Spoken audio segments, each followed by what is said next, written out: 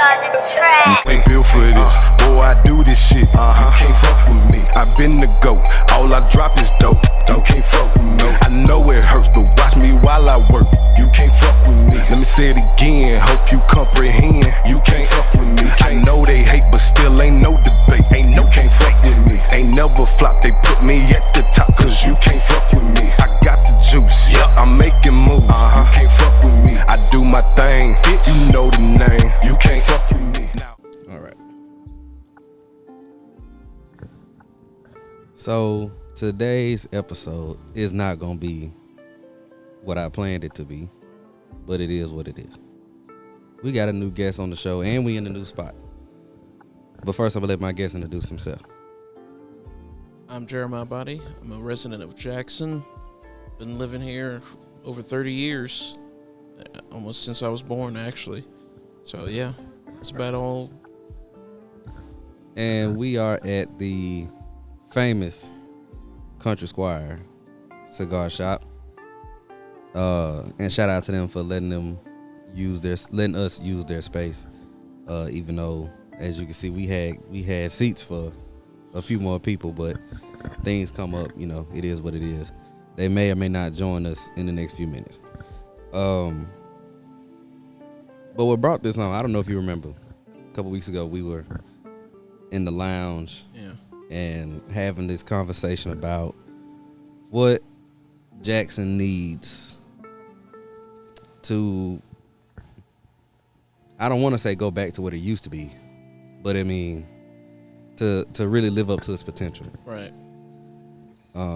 And what were some of your ideas on that? For one, you're gonna have to expand the police department just a little bit, and that means you're gonna need to expand your tax base. But the problem with expanding the tax base is people don't want to come to a city that they feel like they're not gonna be safe in. So it's a catch-22, right? Like, you need more money for more officers, but the way to get more money is you need more officers. Right. And so it's this conundrum that the mayors and the city council's in, right now. But the primary thing that you're going to do is take crime very serious, and clamp down on it. Would you say that's probably our biggest problem right now in Jackson? Without a doubt. Second, the only thing I think could be on that same level is the water problem. Yeah. But, So when I talk to people, I used to definitely hear it, when I was younger, but even as I've gotten older, when I talk to people and I ask, like, why are they leaving Jackson, right, or why they want to live in, everybody want to go to Atlanta, everybody want to go to Dallas, everybody want to go to wherever, and the first thing they say is, "It's nothing to do." Right. And I get that on some level, because you have certain cities where tourism is a big part of the economy, but first off, I don't agree with them when they say it's not anything to do. We have plenty to do. It's just not the typical. It's not as abundant. Right. I'm gonna say that. Yeah. But I don't know. I just feel like that's not a good reason to want to leave. Now, if they say the crime is bad, fine. I get it. The money is not enough, because it seems like in Jackson, no matter what industry you work in, you don't make enough compared to other cities. Right. If they say that, it's like, I get it. But I don't know. I don't think it's that. I agree with the crime and the investing in police, but I don't know. I feel like it's not that hard of a problem to fix. The stuff that's wrong here, stuff that we don't have. I feel like that's not a hard problem. You don't have to move mountains to make this thing what it should be. But you brought up taxes, and I'm sure you saw the bill that Tate Reeves passed. Right. Eliminating income tax. Now, when I first saw it, and this just shows my ignorance to politics, I'm trying to figure out, okay, when does this go into effect? I'm thinking he eliminating it immediately. But then after I did some reading, it was like it's going to slowly decrease over the next couple of years. But even as the income tax comes down, gas. I think the tax on gas was going up. Right. Grocery tax was going up, and something else. So, how do you feel like that bill? Because it puts us in a realm with other states that don't have income tax, Right. where a lot of people seem to be moving to. Right. How do you feel like that bill is going? Where do you think that's going to take us? Yeah, this is hard because in Jackson you have a lot of food deserts. So, I don't know how increasing the grocery tax would necessarily work in a place like Jackson. Because at the same time, a lot of grocery stores have moved out of Jackson. And I mean, in my neighborhood, we lost our grocery store about a week and a half ago. Mine So too. we're officially a food desert. And Walgreens and CVS left several years ago. So we're officially a food and pharmacy desert now. You stay in Bellhaven? I stay in Bellhaven. I do too. Yeah, so you know what time it is. Yeah. But I don't know. The city's it's gonna have to find a way to make money quickly. Whether that's incentivize businesses to move in, having a increased police presence with that when businesses move in. Yeah. That's the only way that the city's going to make any money, because it's slowly becoming a desert as a city. It's on life support, I'd say, and we're probably, unfortunately, a decade away if we're not careful from the plug being pulled. Which is a sad thing, but it's just, I think, a reality that a lot of people have to come to terms with. So is this a thing of it's gonna get worse before it gets better, or it's just gonna be worse and that's just gonna be the end of it? If we don't fix, Right. I think we're gonna crash out first, and then I think we'll hit equilibrium again, kind of like Detroit. Back in 2013, there was what's it called? They run a magazine and a YouTube channel called Reason, and I think we may have some guests. Maybe. Nah, I'm seeing the shadow. Yeah. So, Reason did a interview calling what was it called, Saving Detroit or something to that effect. But it was a 5-part series, and so you had a security firm that opened up, and they offer security guards to businesses, because there was the police department was strapped for money, and then you had the lawnmower dads because the city couldn't afford to take care of parks anymore, so these dads just bought zero turns and push mowers and started cleaning up organically cleaning up the city parks, and then you had people that were trying to revamp housing. Private interests revamp housing, but yeah, it's one of those things where if the city is going to turn around, it's going to have to be from the bottom up, for sure. And I think, unfortunately, I don't know that a lot of communities have the willpower, the resources to play the long game. I don't think they do. So that's the downside of it. And the city definitely doesn't have the resources or the willpower at this. I think they have the willpower, just don't have the resources to play the long game, which is. And the crazy thing is, I feel like I've heard people say the opposite. I feel like I've heard people say, I don't think it was during that last conversation we had, but I feel like when I talk to people about, because the first thing, one group would say, oh, we don't have no money. And then another group would say, oh, no, we got the money. The government got the money. Right. But they just don't want to put it in the right place, or they want to fill their own pockets or whatever. So, two different schools of thought. But regardless, whether you got the money or not, if you not using it right, putting it where it needs to be, building the network that you need, the infrastructure you need, right, it's all going to go downhill anyway.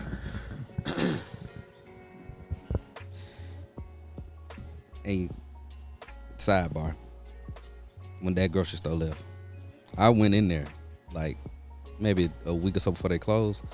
I was like, damn, it's kind of empty in here. Yeah. I thought they were just about to renovate. Right. Nah. Yeah. It's over with. That hurt my feelings right after we get a Dollar Tree. That's how you Yeah. No disrespect to Dollar Tree, but that's how you know it's going down. Right. But what leadership wise? Yeah.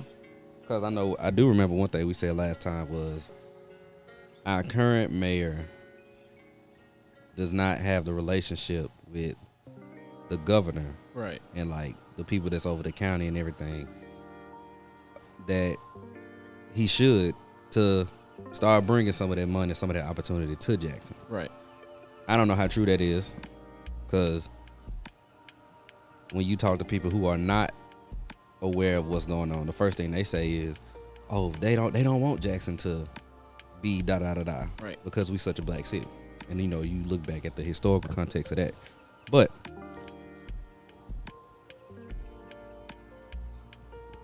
let's say we want to get this started tomorrow. We want to get this turnaround started tomorrow. No matter who wins the election, what is the first move that besides expanding the police? Right. What's the first thing that the mayor should be doing or should be working on? Yeah, I think one of the things that you have to do is if you're the mayor, you're gonna have to get religious and political council together and sit down with the governor. And I mean, because let's face it, like, even though Jackson's obviously not a majority white city anymore, First Baptist and First Presbyterian still have a decent amount of pull because of just the namesake, the people that are there, you know, and sit down with people and say, hey, listen, you know, everyone sees the writing on the wall. It's been rough. We do what we can for community outreach, but we need to be able to have an open door where we can all work on these problems collectively. And I think part of that is, you know, Atlanta, you know, you think about it as a black city. Right. And it's the capital of Georgia. And yet it's thriving, you know.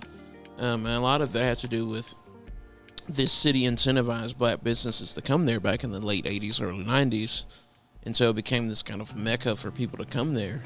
Right. And I think that's something you're going to have to do with Jackson is you're going to have to incentivize communities and businesses to work together to clean up Jackson. And once that happens, slowly but surely, I think within a 10-year window, you can start, Jackson can be revamped. But it's going to have to be a lot of change. But there's going to have to be a lot of pride swallowed too. And I think that's the biggest issue we're facing. I do. I definitely agree with that. And I think part of that's going to go into my next question. Speaking about cities like Atlanta, it's a lot of people that's in Atlanta now that's not from there. Right. And there are a lot of people that are from there that may have been pushed out. Right. Due to the expansion. Is that something, because, you know, going back to that pride thing, a lot of people have that thing of I was born here, I was raised here, and I'm going to die here, and da-da-da-da-da. But it really kind of becomes a thing of either you going to roll with it, Right. or you going to get rolled over. Right. Is that something that we can avoid, or is that something we can afford to avoid if we want to reach our potential as a city? Yeah, I think the unfortunate part of like revamping a city is that sometimes some people are just gonna get pushed out the way. Yeah. Now, and I do agree, not to cut you off. Yeah. I do agree with some probably need to get pushed out the way. Right. But if we talking about the core of your city, Right. the core population, is Right. like you don't want to get rid of, because your people is what makes your city what it is. Right. And you don't want to lose, I would assume, you don't want to lose your identity Right. trying to expand. Right. However, it may be time for a new identity. But Yeah. you can continue. No, I mean, it's kind of like I know people that are from New Orleans in the Louisiana area, and one of the things that kind of got talked about is how the lower Ninth Ward was post Katrina. There was a lot of attempting at gentrification, and they started building more expensive places down there, and the people that used to live there couldn't afford to live there anymore. And so you're kind of like, you want that community back, Right. because that's where people have lived for a generation and a half. But I mean, it was an open secret. Even in Jackson, before Katrina, everyone knew the lower Ninth Ward was like the. I don't know if you ever seen the TV show In the Heat of the Night, but the poor parts, they call them bottoms. Yeah. Like, that's what the lower. I mean, that's what it's his reputation. It was the bottoms of New Orleans. No, like, unless you were moving weight or the police, you didn't want to be in the lower Ninth Ward. Like, yeah. you know what I'm saying? But I think some areas of Jackson are just gonna have to be completely revamped, and there's not much you can do about it, unfortunately. But then, what does that look like? And that is a great question. Because the area that went to my mind first, because I kind of feel like for a lot of black people, that's the not Mecca, but it's like kind of the black center of the city is Georgetown. Right. Georgetown is right there on the edge of downtown. Right. It's on the edge of what used to be the industrial district. Right.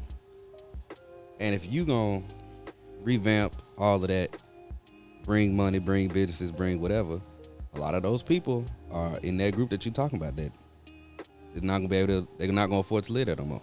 Right. Where do those people go? Right. Because Georgetown has an identity for real within the city, especially within the black culture of the city. Yeah, right. So then, where do all those people go? What do they do?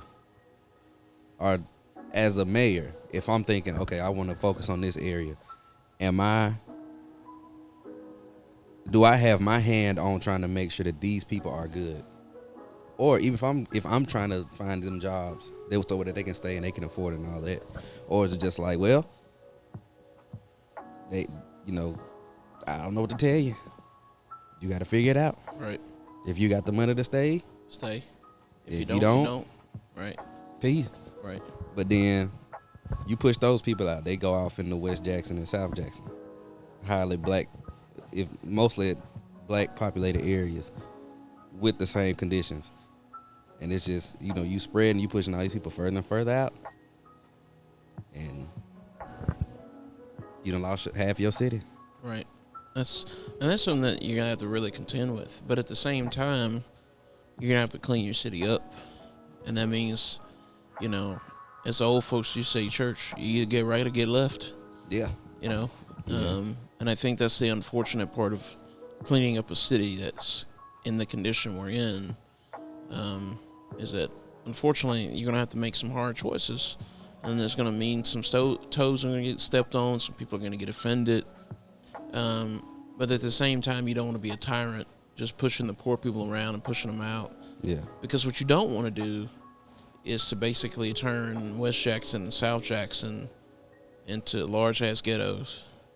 Which a lot of them already are. Build fences up there and say you can't leave between the hours of here and here. Yeah. You know what I mean? Like, you don't want that. But because I think about, like, the other problem is just like, we're going to clamp down on these places that buy these properties and don't do anything with them. That's the other thing. Another big problem in Jackson. Like, I didn't realize how big that was before our last conversation. I thought these, like, just abandoned houses and stuff were just abandoned houses. Right. But it's businesses buying these properties and, like you said, not doing nothing with them.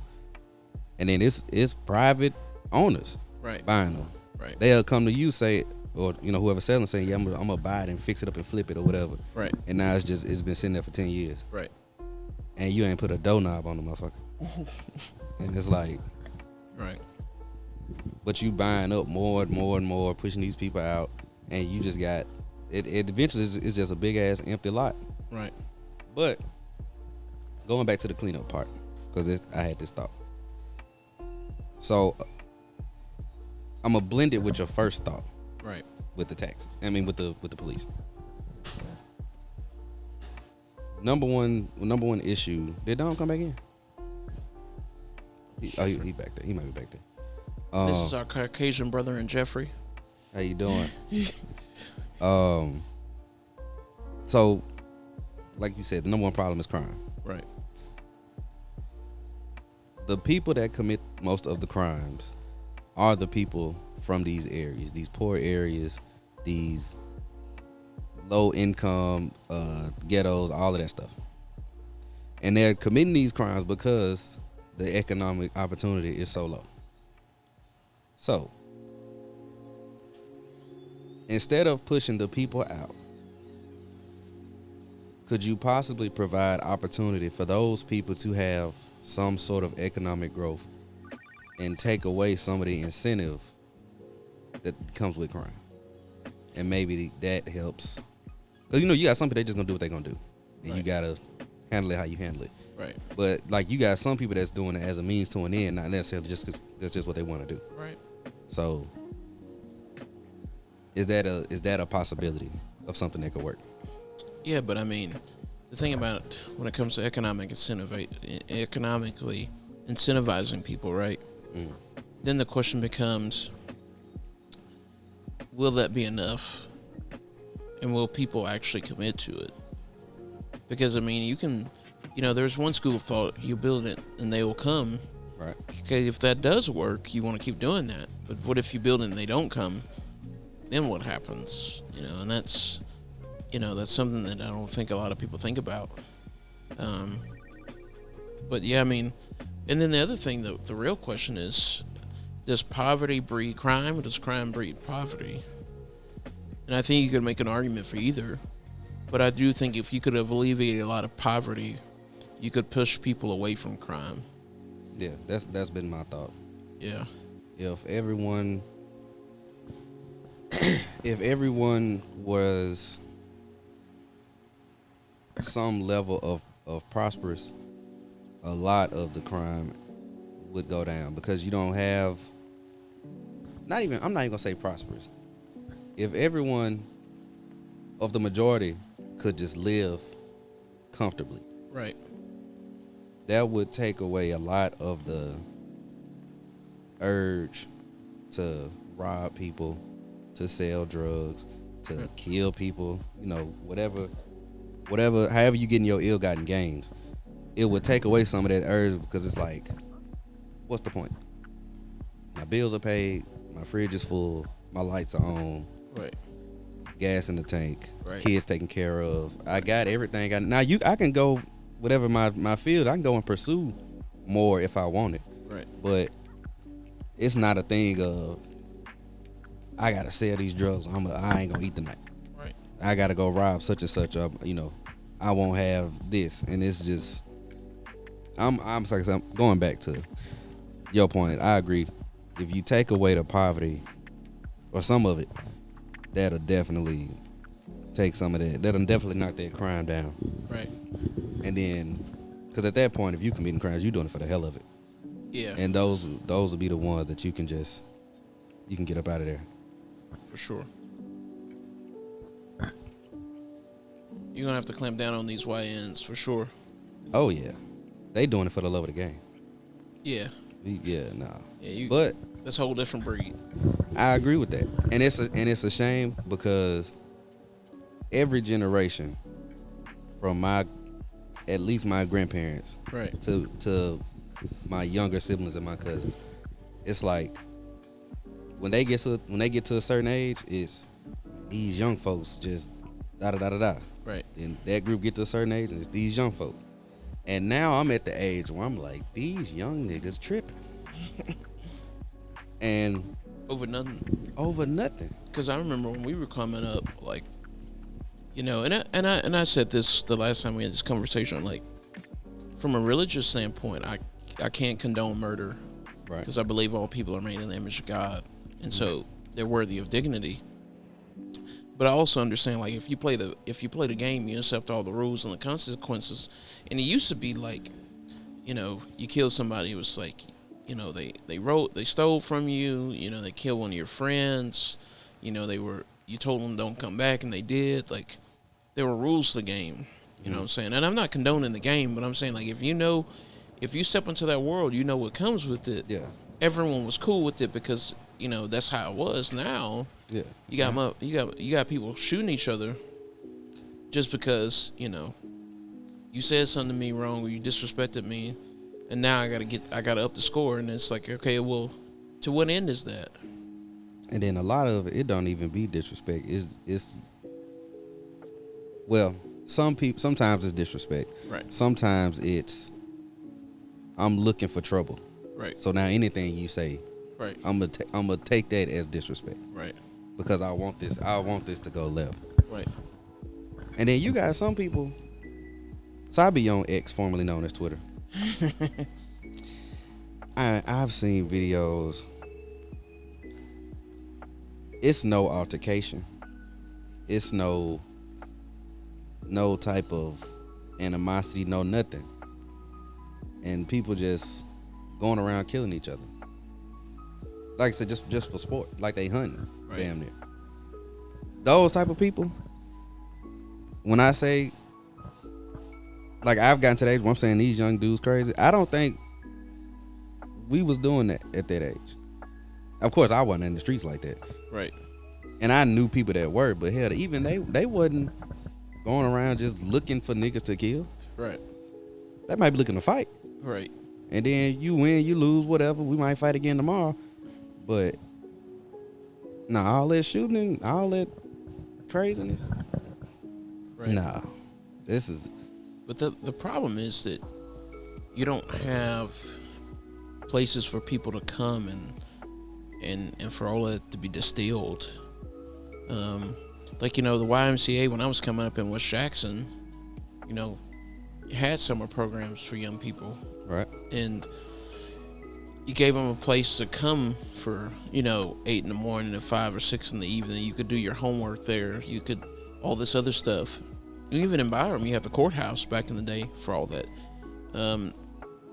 There's no outlets for people that are younger. So the age of jumping off the porch and getting in the game is so much younger now. And it's just a vicious cycle. It really is. And it's going to take a lot to reform that.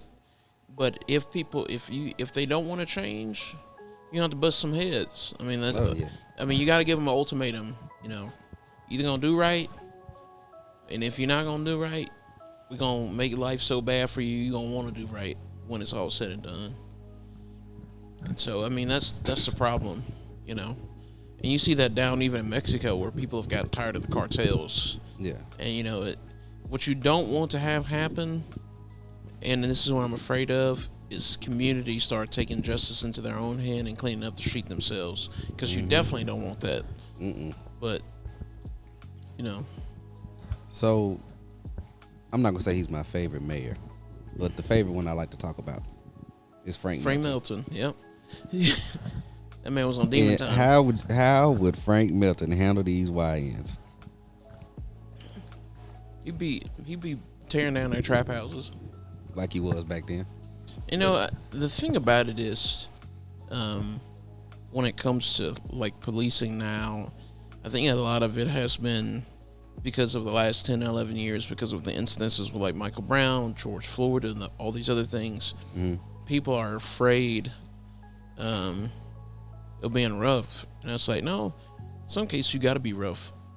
Some people they going to be what they going to be. They going to sell drugs, they going to drop bodies. But you're going to have to bust some heads. Yeah. And that's the unfortunate downside of being in a rough cities. But you also think about what New York was in the 80s. We were talking about that. Everyone thinks of New York now. They think of the Yankees and the Giants, and they think about Broadway, and they think about Times Square. Yeah, and like, oh, Harlem. And it's just like 40 years ago on Times Square, they had porno stores and prostitutes walking around. I mean, you can see pictures. Yeah, I mean, you see pictures in the 80s, and you can smell the fact that people weren't wearing deodorant. I mean, it was rough. Listen, even 40 years ago. It wasn't even 40. I went to New York in 2018. Yeah. And I stayed in a hotel in Times Square. Yeah. Outside smelled like piss. Yeah. Just being outside. Now, they didn't have the prostitutes, or at least not that I saw. The porn stores are still there. And maybe now instead of prostitutes, it's niggas dressed up as cartoon characters. trying to force you to take a picture and then pay for it. Right. Shit like that. Right. Harlem was nice, but it's still Harlem. Right. They got their issues, and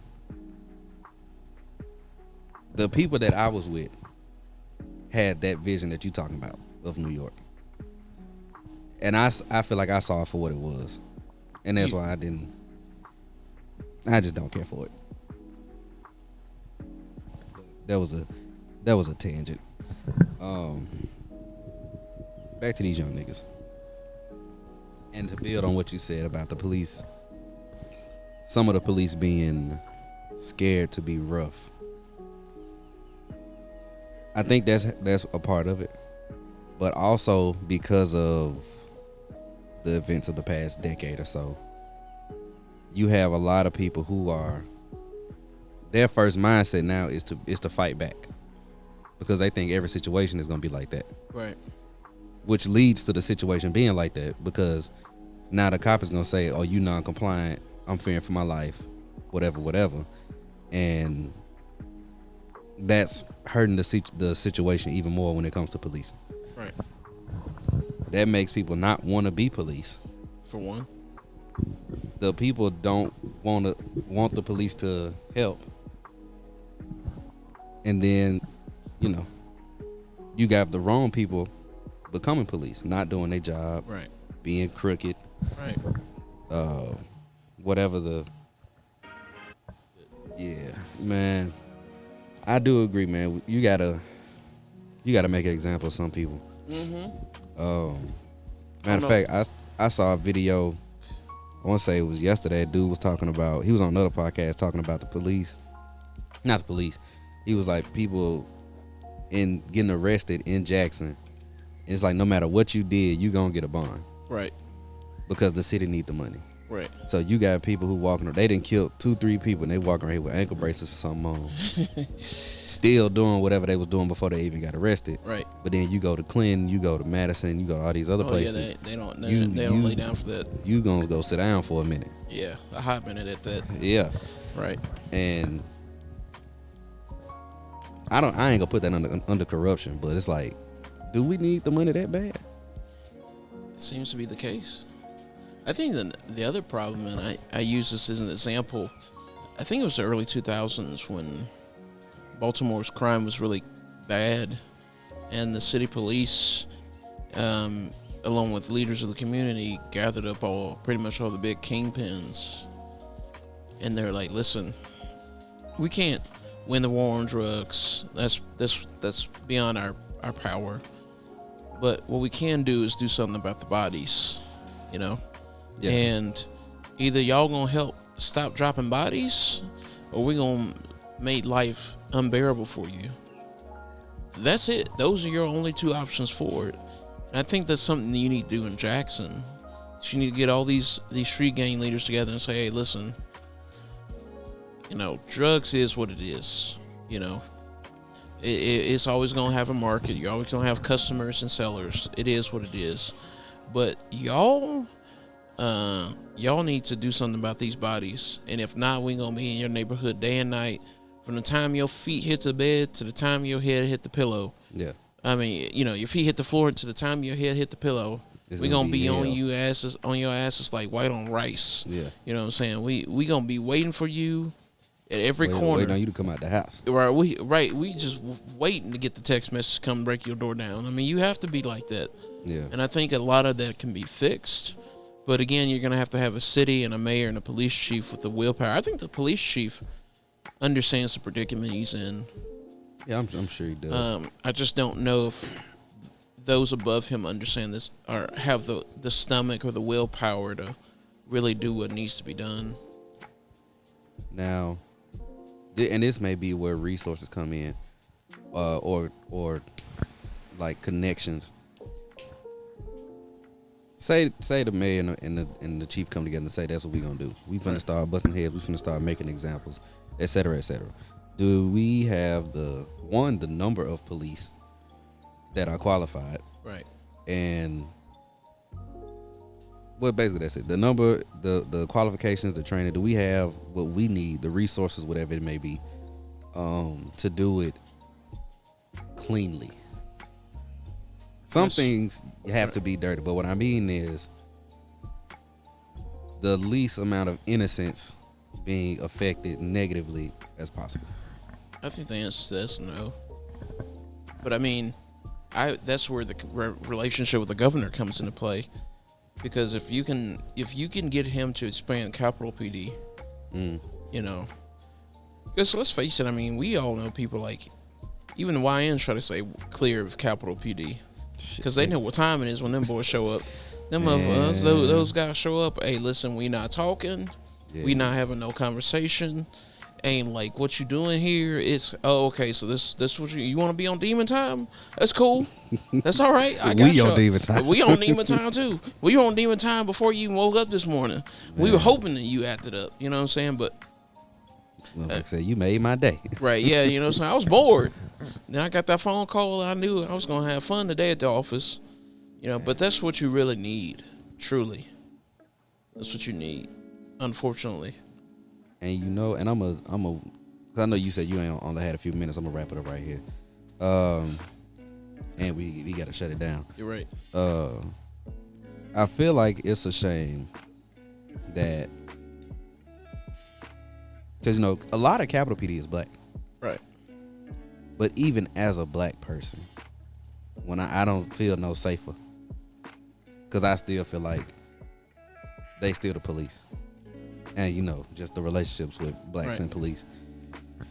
It's like on the one hand you got JPD who may or may not give a damn, and then on the other hand you got Capitol PD who might give too much of a damn. Right. And you might not even done nothing. Right. Or they might just be looking for a good time. Right. And you are that good time. But it's like, it's a shame that this is a black city. Percentage wise, I think we used to be the blackest city. I don't know if we still the blackest city. Per capita, but it's a shame that just you don't feel safe from the community, you don't feel safe from the police, right? You barely feel safe in school with what's going on nationally now. Right. Luckily, in Jackson we haven't had like a school shooting, nothing like that yet. Right. But I mean, you think about, I think it was Forest Hill. Well, that woman, her daughter was getting bullied, and she showed up to the school with a gun. I mean, that's the type of shit that's going on in Jackson. You know what I'm saying? Like, it's rough. I say now we definitely got our issues because like we had that girl 3 years ago from Murrah. Yeah. That committed suicide. Right. That's other things like the school system ain't worth a damn. That's a whole nother can of worms for a whole different day. But I mean, there's so many, everything it's like, and I hate using it because it's fictional, but if people want to get good understanding of what Jackson's like, you should watch The Wire. Because when you watch The Wire, each season talks about the layers that goes into a city that's violent and gritty. And it shows how it's all interconnected. Because kids that are in school that want to do right, if they don't have a stable home, they're going to jump off the porch to be able to make sure their brother and sister can have food, can have clothes on their back. Yeah. Then you have a police department that is desensitized to the violence. And then you have politicians that are using crime to advance their careers, but they're not actually fixing crime. And then you have the media that sensationalizes everything and won't tell the whole story. And so that it's this interconnected web of agendas that seem to always come together. And the other thing that a lot of people don't also contemplate or think about is there a vested interest in keeping Jackson like this?